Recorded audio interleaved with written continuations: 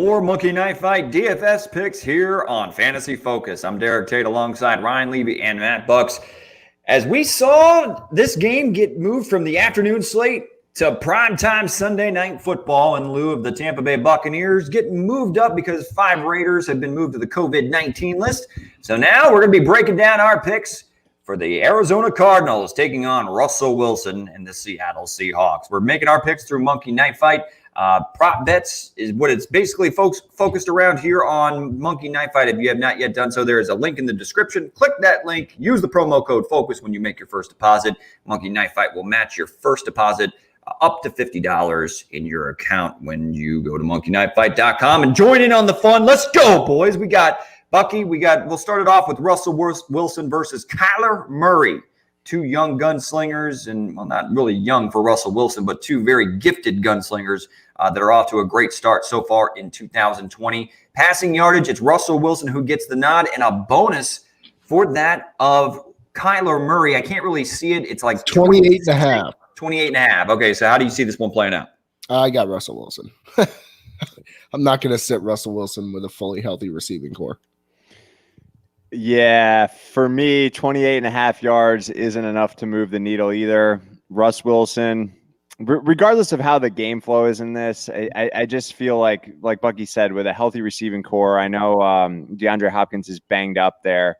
And, you know, Christian Kirk's a nice player, and you still got old gray dreads and all that good stuff out there. But for me, it's 28 and a half yards just isn't enough. So I feel comfortable going on the Russ Wilson side there. You're going to try to talk us out of this one, Derek?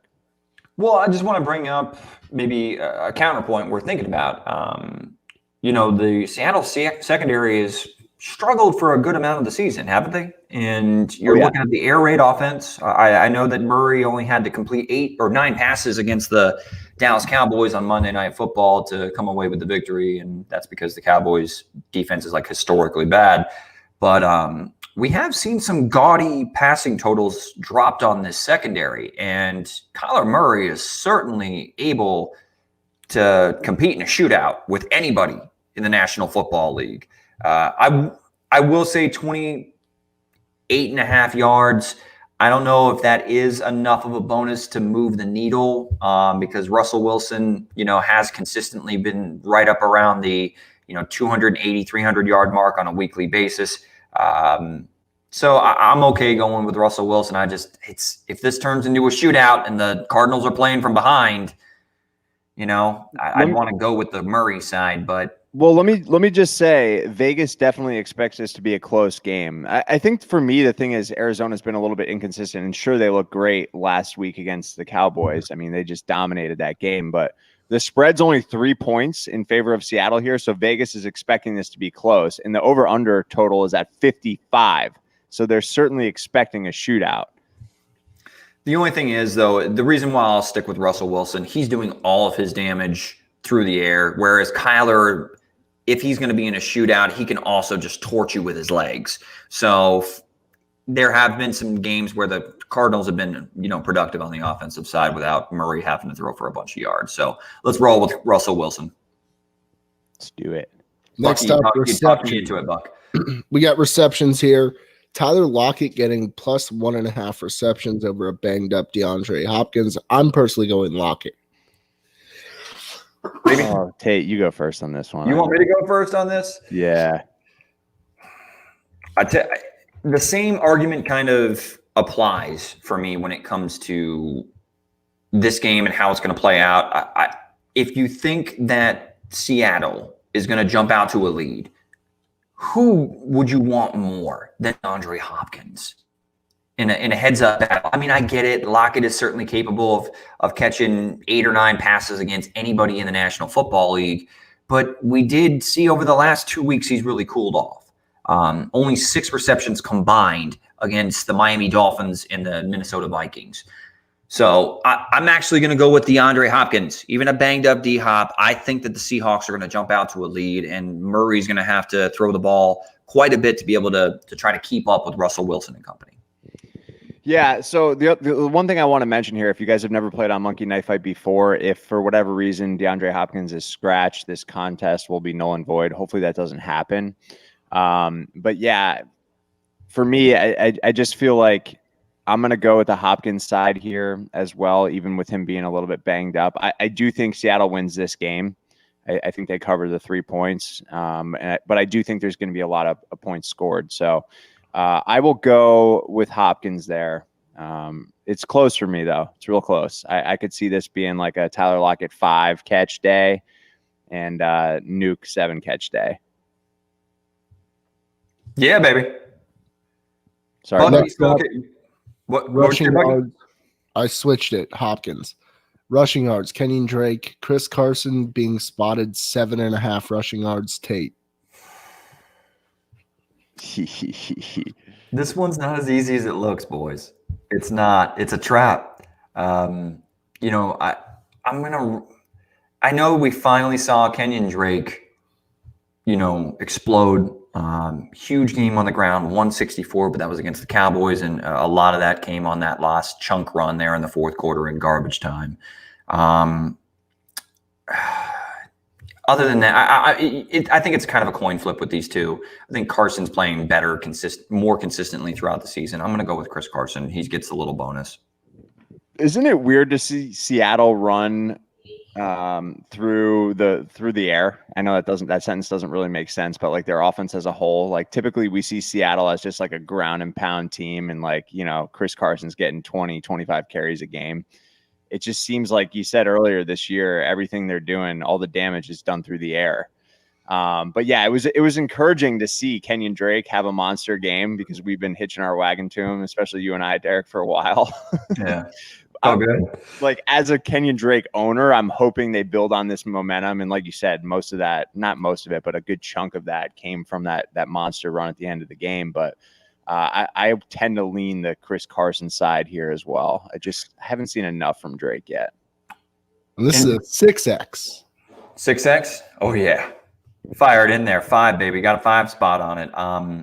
I just one more thought when it comes to the Seattle offense and the kind of the rebirth that we've seen, how they're doing things in 2020. They're basically just allowing Russ to cook. I mean, they're just allowing him to.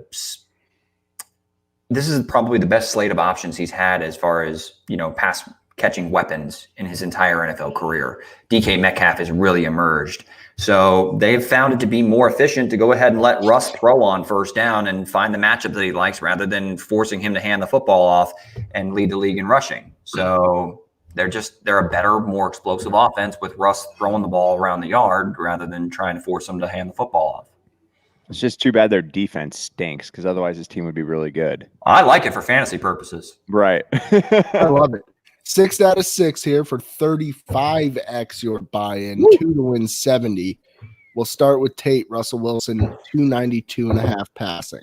Let him cook, baby. Give me Russ. Give me the more on that. Yeah, I'm with you on that. I will go more on Russ and Kyler. I would also go more on both. Sorry, these allergies are on full assault mode. If it's only a 28-yard difference and bonus in the heads-up matchup for the rapid fire, I mean, what do you see Russ finishing with? Because if you think they're both going more, do you think Russ drops 340 and Kyler's more around 290 or something like that? I think that's a good guesstimate there. I'm going to say Russ throws for 327, Derek, and I'm going to say Kyler 290. I'm just making sure we're being consistent, baby. These are high numbers. These are high numbers. That's all right. D-Hop, 88.5 receiving. I'm going to go less. He's banged up. But I don't see anybody that can handle him on that side, even banged up. Give me more on D-Hop. I'm going more. Fine. DK, I'm going more. DK, for sure, I'm going more. I love DK. He's like my favorite player in the NFL, man. I mean, his barometer for a good day is 95 yards. Right. Like, on 4 catches. Less than that, it's a bad day. All right, Tyler Lockett, I'm actually going to go less here. I hate this number for Tyler Lockett. But we were saying, right around 5 receptions? Right. I mean, I think he catches 4 or 5 balls. Give me Lockett on the less. I'm with you there. I left the hardest for the last. Kenyon Drake, 65.5. We'll go to you first, Levy. Oh, man, I hate this so much. I hate it.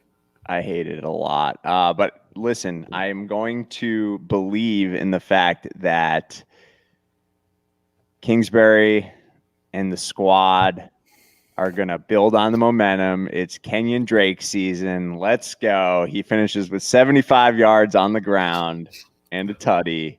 It's time. It's time. Tate. Boy, this one really sucks. That's right where the line I didn't want to see. If you're saying, Levy, if you want to try to build, Kenyon Drake's an explosive player. We know he can get 65 yards in one play. Mm-hmm. If we expect a high-scoring game, let's go with Kenyon Drake. He's been flirting right around that range anyway. Even with his disappointing stat line that has been most of 2020, he's even been flirting right around that 60 yards rushing per game mark anyway. If we expect both teams to be effective on offense, I'm going to trust in Kenyon Drake. I am too. This one looks like $70, boys. Let's go. Just put it in your account. Might as well just go ahead and automatically just credit Buck with the $70. The only loss was Tyler Lockett, and he's going to get 8 receptions. Don't say that. You got to think positive, man. Think positive. But if you have not yet done so, please go ahead and hit the subscribe button if this is your first time joining our channel for the Monkey Knife Fight DFS picks. We drop these videos on a regular basis, so make sure you click that little bell so you get a notification whenever we drop a new live video. Speaking of live shows, we have a live show every Sunday morning from 10 a.m. Eastern Standard Time to around 12:30 Eastern Standard Time, answering your start and sit questions heading into every Sunday of NFL football. And also, speaking of first times, if this is the first time that you ever heard of Monkey Knife Fight, there's a link in the description. Go ahead and click that. When you create your account, use the promo code FOCUSED, and Monkey Knife Fight will automatically credit an additional up to $50 in your account when you make your first deposit.